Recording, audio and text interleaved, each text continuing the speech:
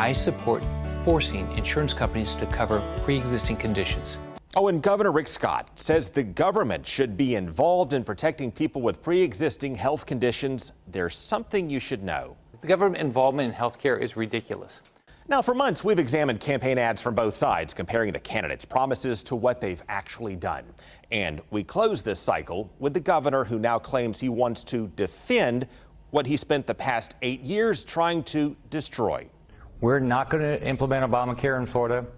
Now, the Affordable Care Act, known as Obamacare, was built as a compromise. Insurers have to cover people with prior health problems, which does drive up the insurer's costs. But then other healthier people are required to buy insurance if they can afford it, which is supposed to help offset those costs.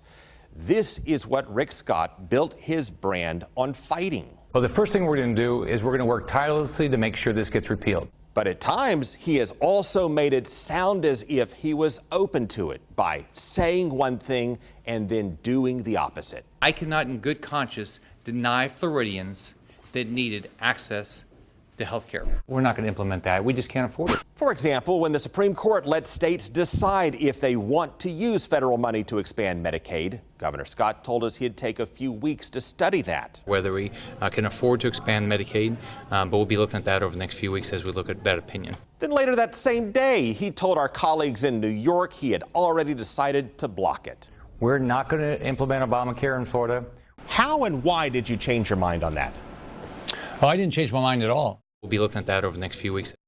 Yeah, I don't remember saying a few weeks. I don't think that's what I said. He also has a history of misleading us on this issue. For example, he ramped up his attack on the Affordable Care Act by telling the same misleading story about a small business I think they had about 20 employees. that said it would have to close We're out of business. We have 20 employees, so I will be out of business. because it could not afford the new requirements to provide health care or the new penalties if they do not. I'm going to have to shut down my business. As they said, we will have to close. We cannot afford the penalty for this. While he knew there were no such requirements or penalties for a company that size. I think they had about 20 employees. What penalties would a company of 20 employees have to pay?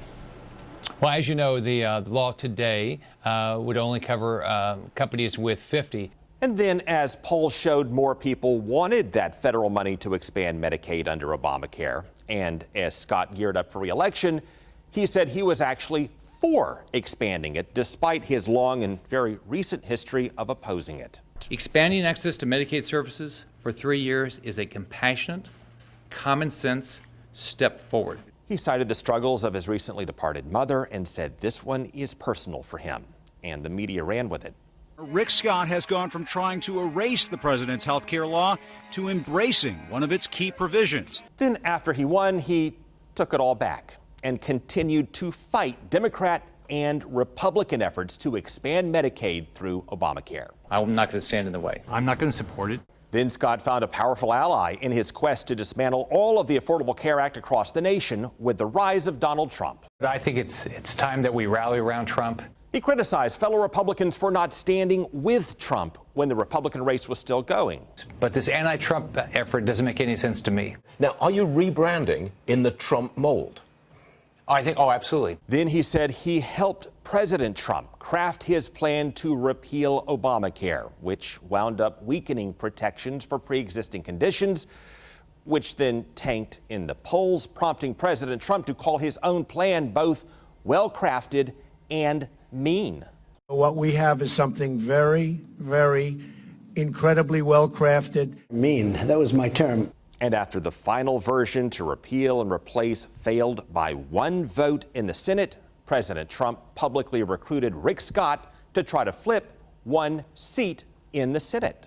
I hope this man right here, Rick Scott, runs for the Senate. Oh, I hope he runs for the Senate. And he did. But now that President Trump is relatively unpopular, Scott is running on the promise to stand up to Trump.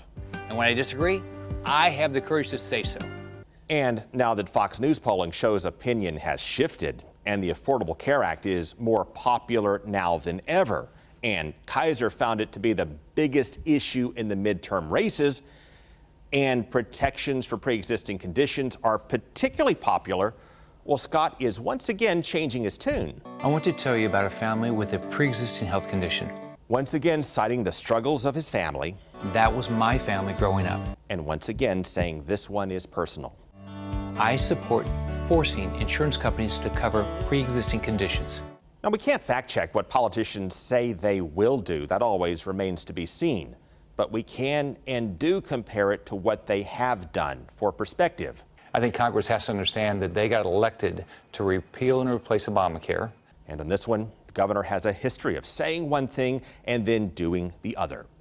Check out our YouTube channel for perspective on other ads, other candidates, and other big races as we head to election night on Tuesday.